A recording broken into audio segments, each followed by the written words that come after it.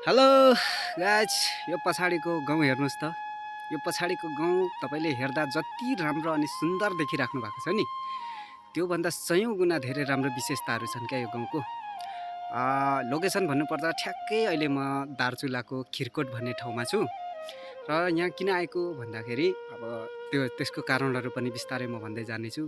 र यो पछाडिको गाउँ चाहिँ मलाई यस्तो राम्रो लाग्यो है, अनि त्यही भएर मैले यहाँ छोटो भिडियो बनाउन लागिरहेको छु।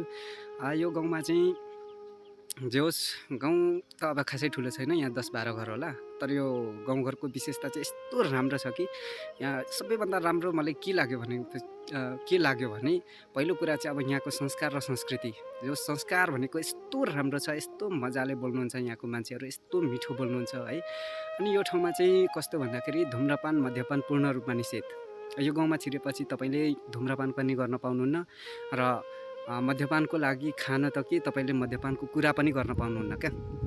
अनि यो गाउँ भनेको यस्तो राम्रो छ है, यहाँको जुन बानी बेहोरा आचरणहरू झनै राम्रो छन्।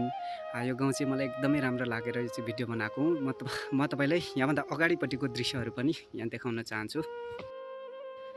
र यो जुन पछाडि देखिराख्नु भएको त्यो बजार चाहिँ खलङ्गा बजार हो है। खलङ्गा थाहा छ नि तपाईँले, खलङ्गा बजार। अनि त्यसपछि अलिकति त्यो पछाडिको डाँडा हेर्नुहोस् त, त्यो चाहिँ छपारी भन्ने ठाउँ रहेछ यहाँको स्थानीयको भनाइअनुसार। अनि तपाईँले यतापट्टि हेर्नुभयो भने यता त्योभन्दा पछाडिपट्टिको त्यो अन्तिम डाँडादेखि उता चाहिँ इन्डिया पर्दो रहेछ, त्यहाँदेखि यता चाहिँ नेपाल है। अनि यहाँ बिचमा चाहिँ यो थोरै देखिराख्नु भएको यो जुन बजारहरू छ नि, यो बजार चाहिँ खलङ्गा बजार पर्दो रहेछ है त। हवस् त, अर्को भिडियोमा फेरि भेटौँला है। नमस्कार, बाई बाई।